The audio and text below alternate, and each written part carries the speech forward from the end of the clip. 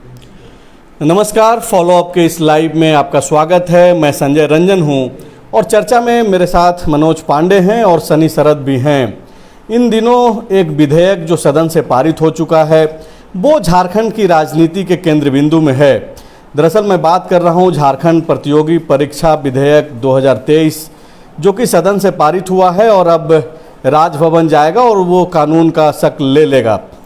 आज इस विधेयक का फिर से इस चर्चा में जिक्र करना, इस लाइव में जिक्र करने के पीछे का मकसद ये है कि मुख्यमंत्री हेमंत सोरेन आज बेरमो विधानसभा में एक कार्यक्रम कर रहे थे जो कि डुमरी से एकदम सटा हुआ इलाका है। हालांकि वो कार्यक्रम तो बेरमो विधानसभा में हुआ, लेकिन ज़्यादातर जो फोकस रहा मुख्यमंत्री का या फिर जो उस कार्यक्रम में शामिल दूसरे नेता थे, हालांकि हेमंत कैबिनेट के एक और मंत्री मिथिलेश ठाकुर भी उस कार्यक्रम में शामिल थे, लेकिन फोकस में जो है डुमरी विधानसभा का उपचुनाव जिस तरीके से होने वाला है वो भी एक वजह रहा और जो बातें कही गई वो सीधे तौर से डुमरी के लोगों को भी प्रभावित करने वाला रहा।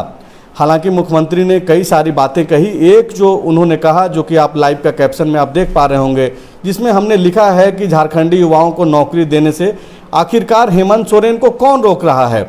तो ये जवाब खुद मुख्यमंत्री हेमंत सोरेन ने आज के इस सभा में दिया है और वो दरअसल ये बोल रहे हैं कि जिस तरीके से ये जो विधेयक पारित हुआ सदन से और ठीक दूसरे दिन जब तक ये बिल की कॉपी राजभवन को विधानसभा की ओर से पहुंचाया जाता, उससे पहले ही मुख्यमंत्री बाबूलाल मरांडी के नेतृत्व में भाजपा विधायक जो है वहां पे पहुंच गए और उसका विरोध कर रहे हैं। मुख्यमंत्री हेमंत सोरेन अपने समर्थकों, कार्यकर्ताओं और मतदाताओं के बीच में ये संदेश दे रहे थे कि जैसा हाल 1932 का हुआ, सरना कोड का हुआ, उसी तरीके का हाल जो है बीजेपी और आजसू के लोग इस विधेयक का करना चाहते हैं, जबकि सरकार सख्त से सख्त कानून बना करके युवाओं के भविष्य में जो अवरुद्ध पैदा करने वाले लोग हैं उनके खिलाफ कार्रवाई करना चाहती है। पांडे जी से पहला सवाल मेरा है, पांडे जी, जिस तरीके से मुख्यमंत्री ये बोल रहे हैं कि भाजपा और आजसू के लोग रोड़ा बन रहे हैं युवाओं के भविष्य में, तो क्या ये माना जाए कि भाजपा और आजसू के लोग नहीं चाहते हैं कि युवाओं का हित हो, उनको नौकरी मिले? रोड़ा बताना या युवाओं के भविष्य को लेकर रिकॉर्ड करना, ये तो वो कह रहे हैं। बीजेपी लेकिन कह रही है कि भाई आप नौकरी दीजिए, आपको किसने 5-5 लाख नौकरी का जो आपने वादा किया था उतनी नौकरियां दे दीजिए। ये नौकरी का जो ये बोल रहे हैं कि बीजेपी तो ये बोल रही है कि भाई 5-5 लाख नौकरी आप जो वायदा किए थे वो आप दीजिए, लेकिन हेमंत सोरेन जो भाषण दे रहे थे सनी, और आप भी सुने, थोड़ी देर में फॉलो अप के वो पेज पे भी चला जाएगा, वो ये बोल रहे हैं कि भाई हमने तो हजारों नौकरियां दे दी, अभी भी तकरीबन 27 से 28 हज़ार वैकेंसीज के लिए जो है आवेदन मंगाए गए हैं और भी हजारों नौकरियां देने के लिए हम तैयार हैं। और उसी को लेकर के ये विधेयक पारित किए हैं, उसी को लेकर के कानून बना रहे हैं ताकि कोई भी आदमी जो रोड़ा पैदा करे उसको सीधे जेल में डालें, और कुछ दिनों के लिए नहीं, 10-10 साल के लिए। तो एक तरफ इस विधेयक का जो विरोध भाजपा और आजसू के लोग कर रहे हैं, दूसरी तरफ मुख्यमंत्री एकदम प्रतिबद्धता के साथ एकदम डटे हुए हैं और पब्लिक को ये बता रहे हैं कि भाई देखो, ऐसा नहीं है कि कोई छात्र को हम रोकना चाहते हैं या छात्र के आंदोलन को रोकना चाहते हैं, बल्कि ये जो 5-5 लाख लोग फॉर्म भरते हैं और कोई एक आदमी आकर के उसमें रोड़ा पैदा करता है, पेपर लीक करा देता है, क्वेश्चन लीक कर देता है, उसको हमको सजा देना है और हम तो नौकरी देने के लिए तैयार हैं। बिल्कुल, देखिए यही बात मुख्यमंत्री सदन में भी बोल रहे थे कि वो चाहते हैं कि अधिक से अधिक नौकरी दें और यही वजह है कि ये कठोर कानून जो है ये बनाया जा रहा है और कई तरह के संशोधन भी कई विधायकों की तरफ से उसमें लाया गया था। लेकिन मुख्यमंत्री ने कहा कि अगर ये सब खत्म कर देंगे तब तो इसकी आत्मा ही खत्म हो जाएगी। सरकार की मंशा ये है कि भाई हम अधिक से अधिक परीक्षा लें, अधिक से अधिक युवाओं को रोजगार दें और इस बीच जो कोई भी गड़बड़ी करने की कोशिश करे उस पर हम कठोर कार्रवाई कर सकें। और आज वहाँ से भी मुख्यमंत्री ये मैसेज देने की कोशिश किए। तो अब सवाल है कि आखिर ये मुद्दा फिर बना क्यों? तो मुद्दा इसलिए बना क्योंकि जैसे ही बिल पास हुआ, आपने देखा कि बाबूलाल मरांडी के नेतृत्व में बीजेपी के सभी विधायक राज्यपाल से मिले और राज्यपाल से मिलने के बाद पूरे देश में, पूरे झारखंड में जो है इस पर चर्चा शुरू हो गई। आजसू के तरफ से भी लगातार विरोध प्रदर्शन हो रहे हैं, जो उनका छात्र विंग है वो लगातार इस बिल की कॉपियां जला रहा है और विरोध प्रदर्शन कर रहा है। तो अब चूंकि बिल तो अब चला गया राज्यपाल के पास, अब जिस तरह से बीजेपी के विधायक राज्यपाल से मिल चुके हैं, तो अब मुख्यमंत्री को लगता है कि हो सकता है कि ये बिल भी वापस आ जाए राजभवन से। और यही वजह है कि हाल 1932 और यही वजह है कि उन्होंने आज जिक्र किया कि इससे पहले भी हम लोग 1932 और रिजर्वेशन वाला भी पास करवा के भेजे, लेकिन राजभवन से इसे लौटा दिया गया। अब इसका भी यही हश्र होने वाला है। तो अब सवाल है कि ये बात मुख्यमंत्री जिससे कम्युनिकेट करना चाहते हैं वो कितना कम्युनिकेट हो पाते हैं, ये भी बहुत बड़ा सवाल है। क्योंकि विपक्ष पूरा बोल रहा है कि भाई ये गलत है, ये स्टूडेंट के हित में नहीं है, स्टूडेंट के लिए काला कानून है। आप देखिए कि हम लोग पिछली बार जब चर्चा कर रहे थे उस समय चर्चा ये कर रहे थे कि भाई ये तो पॉलिटिकल पार्टी बोल रही है, कोई स्टूडेंट निकल के सामने नहीं आ रहा है, कोई स्टूडेंट का नेता नहीं बोल रहा है। तो पिछले दिनों कल जब एक प्रेस कॉन्फ्रेंस छात्र नेता की तरफ से की गई तो उन्होंने भी इस पर सवाल खड़ा किया है।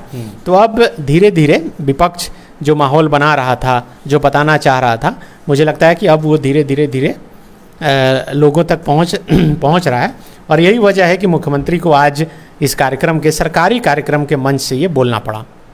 अब चूँकि सरकारी कार्यक्रम पे आप जोर दे रहे हैं तो दर्शकों को यहाँ पे भी बताना जरूरी है कि कार्यक्रम सरकारी था, लेकिन जिस तरीके से मंत्री मिथिलेश ठाकुर ने बाकायदा आह्वान किया कि डुमरी का जब उपचुनाव हो तो पूर्व मंत्री जगन्नाथ महतो जो अब नहीं रहे और उनके जगह पे ही ये उपचुनाव होना है, तो बाकायदा इसको लेकर के भी उन्होंने जिक्र किया कि आप जब जाएं तो उनके काम को याद करें, कैसे वो कोरोना के समय में एक्टिव रहे और कैसे वो अपने जो कर्तव्य था उसको लेकर के अडिग रहे। और यही वजह रहा कि कोरोना की चपेट में वो आ गए और इसके बावजूद वो ठीक नहीं हुए और वो उनका निधन हो गया।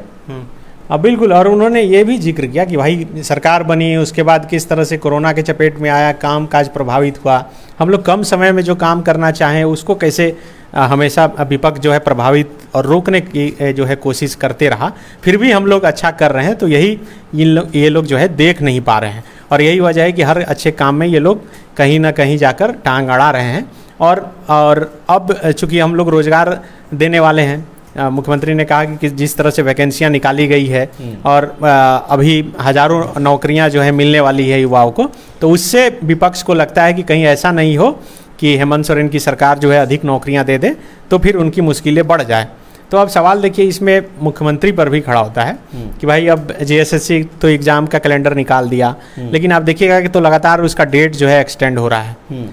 JPSC का एग्ज़ाम हुए 1 साल से अधिक का समय हो गया, उसका अब तक नोटिफिकेशन नहीं निकला है, स्टूडेंट उसका भी इंतज़ार कर रहे हैं। तो अब अगर आप बोल रहे हैं कि भाई हम ये बिल लाए परीक्षा लेने के लिए, तो आप परीक्षा जो आप एक तो है कि जो कैलेंडर निकाले उसके हिसाब से एग्ज़ाम लीजिए। JPSC का जो इंतज़ार कर रहे हैं यहाँ से लेकर दिल्ली तक स्टूडेंट रहकर तैयारी करते हैं। भाषण में जब सुन रहा था सनी, आप जो सवाल उठा रहे हैं कि ठीक है भाई, आप बोल रहे हैं कि हम ये नियम बना दिए ताकि क्वेश्चन पेपर लीक नहीं हो, लेकिन क्वेश्चन पेपर आए तो सही, वैकेंसी उस हिसाब से निकले तो सही। ये ठीक है कि शिक्षकों का वो जो 26,000 निकला है वैकेंसी, अगर इसको अगर हटा दिया जाए, किनारे रखा जाए, तो जिस तरीके का वायदा हेमंत सोरेन ने किया था बतौर नेता प्रतिपक्ष चुनाव के दौरान कि पहले साल ही 5 लाख, ठीक है कोरोना आ गया, बहुत सारी दिक्कतें हुई, उसको भी लोगों ने दरकिनार किया, लेकिन अब भी उस स्पीड से वैकेंसी नहीं दिख रहा है। नहीं, अभी देखिए कुछ वैकेंसियाँ निकली है। आप JSSC CGL का देखिएगा तो मुझे लगता है कि झारखंड के इतिहास में जितने पद की अभी वैकेंसी निकली है, अब वो कब होगी ये नहीं पता, उसमें तो टेंटेटिव सब चीज़ दिया है, लेकिन उस हिसाब से मुझे नहीं लग रहा है कि सब कुछ जा रहा है। तो वो अगर कंप्लीट हो जाए, इसके अलावा JSSC से तमाम जो वैकेंसियाँ निकली है वो भी अगर समय पर कर लिया जाए और युवाओं को नौकरी दे दी जाए, मुझे लगता है कि जितना गुस्सा है वो थोड़ा ठंडा हो जाएगा। लेकिन अब दूसरी तरफ से जाकर देखिएगा तब पता चलेगा कि भाई आप जिसे नौकरी देना चाह रहे हैं वो बोल रहे हैं कि यहाँ पहले स्थानीय नीति बनाइए, ये 60-40 वाली नीति नहीं चलेगी। तो विरोधाभास जो है वो दोनों तरफ है। आप बोल रहे हैं कि नौकरी देना चाह रहे हैं और यही वजह है कि ये बिल लाए हैं, और दूसरी तरफ आप सदन में ये स्वीकार भी कर चुके हैं कि भाई ये 60-40 के तहत ही हम नौकरी दे रहे हैं। तो अब सवाल है कि जो 60-40 का विरोध कर रहे हैं, मुख्यमंत्री तो ये भी बोल रहे हैं ना कि 40% में भी ऐसा नहीं है कि 40 का 40 बाहर का लोग आ रहा है, महज 15 से 20% आ रहा है, और उसको पे भी हम लगाम लगाने की कोशिश कर रहे हैं, उसको भी जीरो करने की कोशिश कर रहे हैं। हाँ, मुख्यमंत्री वो अपनी तरफ से समझा रहे हैं, और हो सकता है कि प्रैक्टिकली भी ऐसा हो सकता है नहीं भी हो, लेकिन वो समझाने की कोशिश मुख्यमंत्री सदन में की, और उससे पहले तमाम जितने नेता हैं सत्ता पक्ष के या फिर विधायक हैं या मंत्री हैं, वो भी इसी तरह समझाने की कोशिश कर रहे थे। अब देखिए कि विधानसभा अध्यक्ष भी जब अपने क्षेत्र में वो बोल रहे थे तो वो पूछ रहे थे कि भाई जो विरोध कर रहे हैं वो किस यूनिवर्सिटी के पढ़े हैं, 60 तो रिजर्व है ही, वो सेम बात वही वो समझा रहे थे। और उसमें अब 40 में तो यहाँ का तो लड़का इतना तो तेज है ही कि 15-20% ले आएगा, उसके बाद फिर जो सीट बचता है वो बाहरी, जिसे आप बोल रहे हैं वो बाहरी उसमें शामिल हो पाएगा। लेकिन अब देखिए आज मुख्यमंत्री बोले हैं तो इसका मतलब ये तो साफ है कि मुख्यमंत्री तक ये मैसेज चला गया है कि भाई इसका विरोध हो रहा है, और ये मैसेज तो जाएगा ही, चूँकि पूरा विपक्ष जब खास करके बीजेपी के सभी विधायक जो है राजभवन में राज्यपाल से मिलेंगे तो इसका तो एक मैसेज सरकार तक गया है, और यही वजह है कि मुख्यमंत्री को अभी से इसका डर सताने लगा है कि भाई जो बिल हम बना के भेजे हैं वो कहीं राजभवन से फिर ना लौट जाए। एक चीज़ जो सनी बोल रहे हैं कि जो मैसेज देने का जो काम होता है पॉलिटिकल पार्टियों का, भले ही चाहे कोई भी सत्ता में रहे, तो क्या आम लोगों के बीच हेमंत सोरेन ये मैसेज देने में सफल हो रहे हैं कि भाई हम तो 100% देने की कोशिश कर रहे थे, और वो जब आज एक चीज़ का जिक्र किया उन्होंने, भले ही वो प्रतियोगी परीक्षा का जो विरोध हो रहा है भाजपा के द्वारा उसकी बात कर रहे थे, लेकिन हवाला उन्होंने 1932 और सरना कोड का दिया। और चूंकि ये पूरा जो कार्यक्रम है, भले ही वो सरकारी कार्यक्रम था, लेकिन ये डुमरी उपचुनाव को देख करके लगातार ये तीसरा कार्यक्रम उस इलाके में आज मुख्यमंत्री का हुआ है। तो क्या मुख्यमंत्री जब ये चीज़ का जिक्र कर रहे हैं पांडे जी कि 1932 का जो हाल किया गया है, जो पब्लिक परसेप्शन है बनाया जा रहा है जेएमएम के समर्थकों के बीच, कार्यकर्ताओं के बीच, कि राजभवन को आधार बना करके जो है बीजेपी एक तरीके से बैकडोर से खेल कर रही है, आचू खेल कर रहा है, तो क्या इस कानून को लेकर के भी ये परसेप्शन बन पाएगा लोगों के बीच में? और ये जो नौकरी देने और नहीं देने के बीच में जो ये मैसेज का जो खेल चल रहा है, क्या उसको पब्लिक समझेगी और वो हेमंत सोरेन के हित में होगा? इसका निर्णय ना तो सत्ता पक्ष करेगा ना ही विपक्ष करेगा।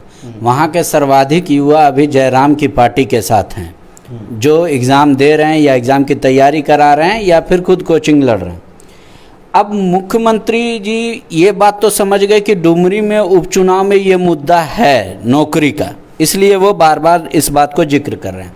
लेकिन डुमरी से ही आने वाले स्वर्गीय जगन्नाथ महतो एकमात्र मंत्री थे जिन्होंने बाकायदा अपने ही सरकार के खिलाफ प्रेस कॉन्फ्रेंस कर दिया अपने घर में कि 32 आना चाहिए। नहीं, वो खिलाफ में आप नहीं बोल सकते हैं, हम लोग जान रहे हैं वो जो प्रेस कॉन्फ्रेंस कैसे हुआ, जिस दिन सदन में बतौर सदन नेता मुख्यमंत्री ने कहा था कि 1932 जो है संभव नहीं है, उसी पे जगन्नाथ महतो ने प्रेस कॉन्फ्रेंस किया था। कुछ मीडिया से बोला था कि नहीं 1932 हम लोग लेकर के आएंगे, मीडिया से नहीं बोला था, बाकायदा प्रेस कॉन्फ्रेंस किया था। और जब कोई पॉलिसी मैटर पे कोई मंत्री सरकार में चर्चा ना करके मीडिया में चर्चा करे तो उसको खिलाफ ही बोला जाता है, ठीक है? नहीं तो वो मुख्यमंत्री को बोल देते कि आपने सदन में गलत बोला है, इसको आप वापस ले लीजिएगा, ठीक है? दूसरी बात, वहाँ पे अगर ये मुद्दा है तो अब दोनों ही दल समझाएंगे, सत्ता पक्ष और विपक्ष। सत्ता पक्ष बताएगी कि हमारी नौकरी देने की इच्छा है, इन कारणों से नहीं दे पा रहे हैं।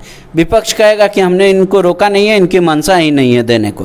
पहले तो ये साबित करे।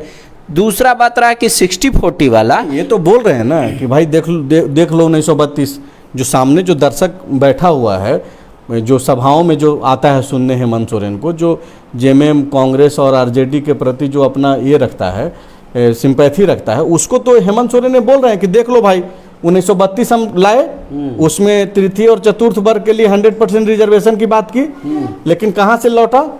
और लौटने से पहले कौन लोग गया था बोलने इसके विरोध में? तब सरना कोड को लेकर के क्या हुआ? और वही चीज़ देख लो, फिर से हम चाह रहे हैं कि कोई जो गड़बड़ी करता है परीक्षा में, इसको ऐसे समझिए ना, आम लोगों को जो संदेश दे रहे हैं सीएम, आम लोग को तो फिर जो बीजेपी संदेश दे रही है वो भी समझ में आएगा कि 32 लागू करने के लिए कोई ज़रूरी नहीं था केंद्र के पास जाना। एक दूसरी बात, इनको ये भी पता था कि मॉब लिंचिंग का डेफिनेशन मॉब का क्या होगा, जो बीजेपी भी समझा रही, जो वही जनता है। वो हेमंत जी भी उसको समझा रहे हैं अपने पक्ष में और बीजेपी भी समझा रही है। अब बिल्कुल, तो लेकिन जनता लीड को कौन लेगा? जनता को समझाने में सफल कौन हो पा रहा है? ये वही अभी सवाल है चुनाव ना। का परिणाम तय करेगा कि कौन समझा पाने में ज्यादा सफल है। नहीं, अगर सड़कों पे अगर सन्नाटा है, सड़क पे लोग नहीं हैं, अगर हेमंत सोरेन की बातों से कन्विंस हो रहा है लोग, और अगर आज फिर से मुख्यमंत्री ये बोल रहे हैं कि भाई देख लो, हजारों नौकरी हमने दी, कुछ नौकरी का अभी भी निकला हुआ है 26,000 से 28,000 और नौकरियां हम देंगे, लेकिन हमको रोक रहा है। और रोक कैसे रहा है कि देख लो, एक अभी विधेयक पारित किए हैं सदन से और अभी राजभवन गया भी नहीं है, और उसके पहले ही बाबूलाल जी अपने विधायकों को लेकर चले गए। वो अपना प्रयास करेंगे। आपको याद होगा मणिपुर की घटना के बाद, हाईकोर्ट के घटना के बाद भी वहाँ गजब की शांति थी, और आज इतने दिन से वहाँ इतनी अशांति है कि पूरा आर्मी मिलिट्री सब कोई मिलके भी उनको शांत नहीं करा पा रहा है। ये विषय अलग है। कई बार शांति और धरना प्रदर्शन को ही आप विरोध मानते हैं, तो बहुत बार मौसम भी उसका कारण होता है। वो मैं नहीं कर रहा हूँ। उसी पब्लिक को समझाना है कि हेमंत जी के पक्ष में है, और वही पब्लिक को इनको समझाना है। अभी ये कैसे कोई तय कर सकता है कि किन की बात ज़्यादा सुनी जा रही? तो वो तो चुनाव परिणाम ही तय करेगा कि कौन समझा पाने में ज़्यादा सफल हुआ, और तो कोई थर्मामीटर है नहीं नापने का। एक सवाल सिर्फ सनी से ले लेते हैं, उसके बाद दर्शकों का जो सवाल है उस पर भी हम लोग बातचीत करेंगे। इम्पोर्टेंट है, मुझे लगता है कि इस पर सुनील कुमार लिख रहे हैं हाँ। कि झारखंड प्रतियोगिता बिल को प्रवर समिति को भेज दिया गया है।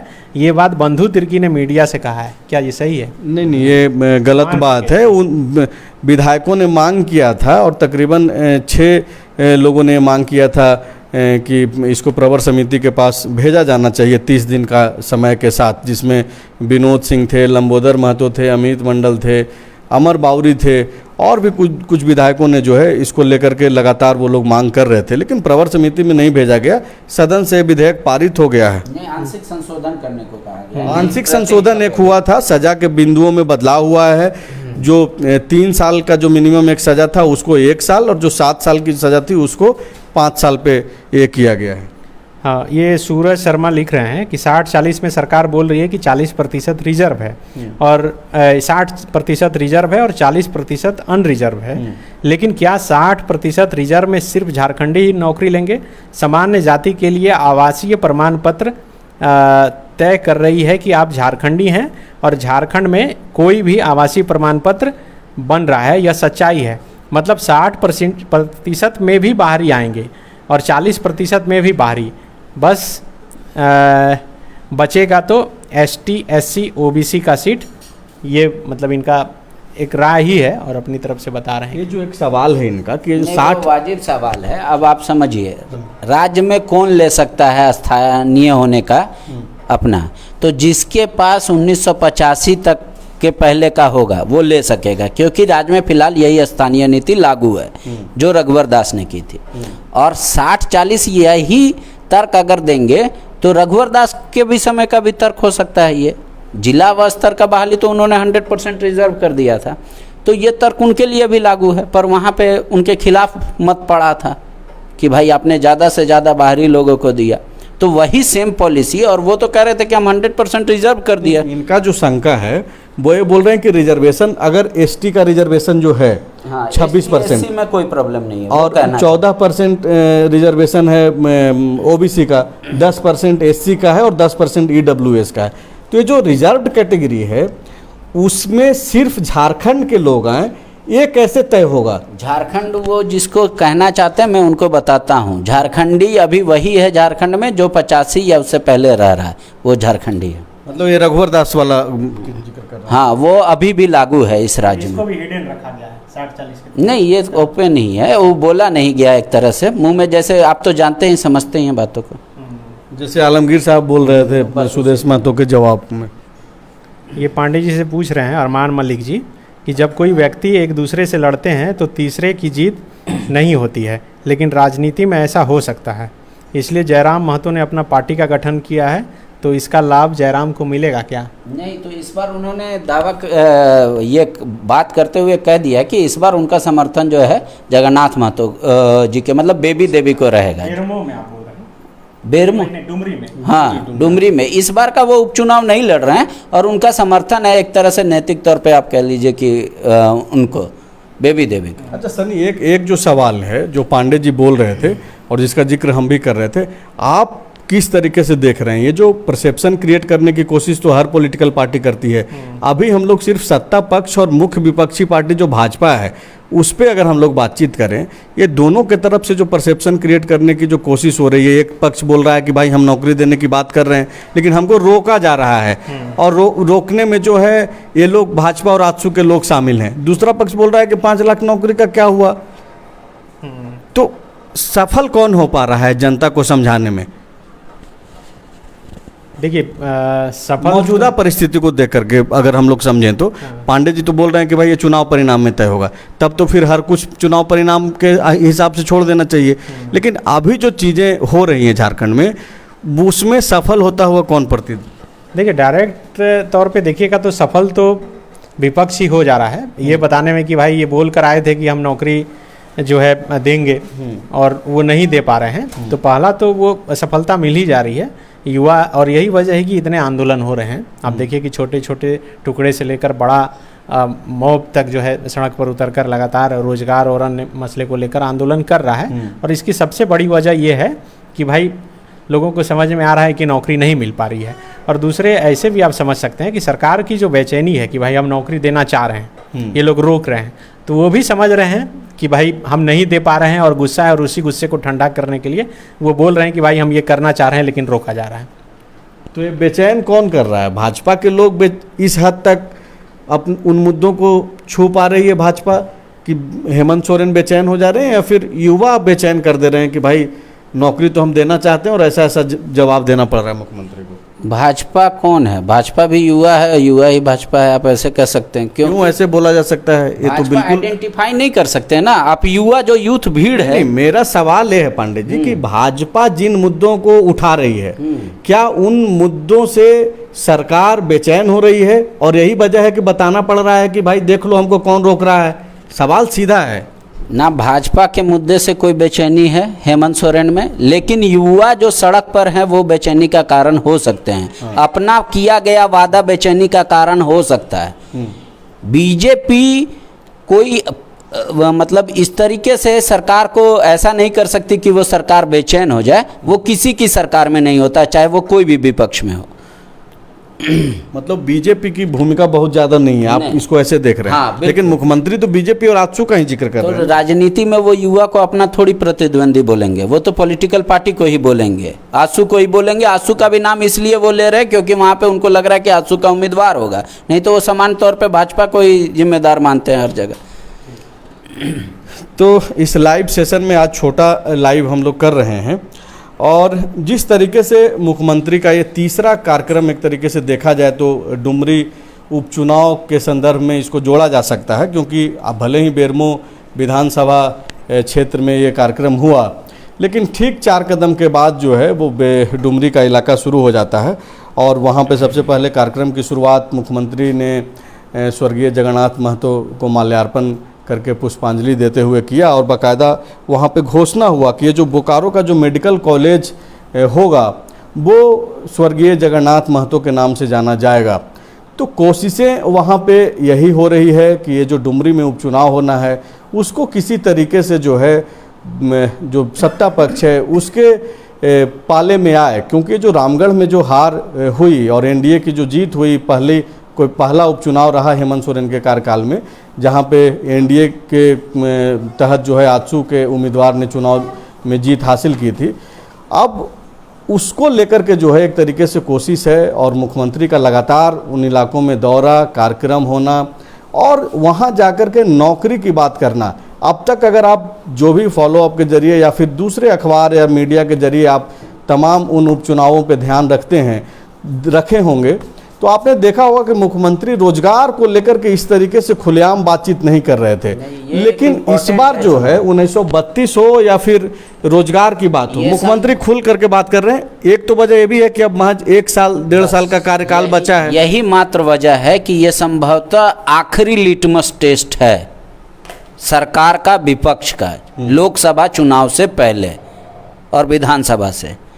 तो सरकार भी इसको हर हाल में चाहेगी कि ये सीट मेरा रिटेन रहे, ताकि ये जनता में जो ओवरऑल मैसेज जाता है कि सरकार जहां पहले थी 19 में आज भी वहां है, वो उसमें कोई प्रॉब्लम नहीं है।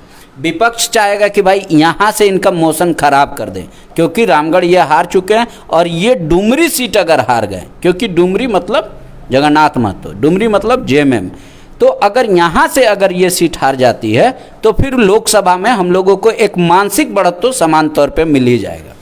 तो पांडे जी जो बोल रहे हैं कि एक लिटमस टेस्ट की तरह है डुमरी का उपचुनाव, और यही वजह है कि मुख्यमंत्री उपचुनाव की घोषणा से पहले ही आज जो कार्यक्रम हुआ वो तीसरा कार्यक्रम था। हम लोग लगातार इन मुद्दों पे चर्चा करते रहते हैं, आप लोग जुड़ते भी हैं, इसके लिए धन्यवाद, और अब तक आप बने रहे इसके लिए शुक्रिया।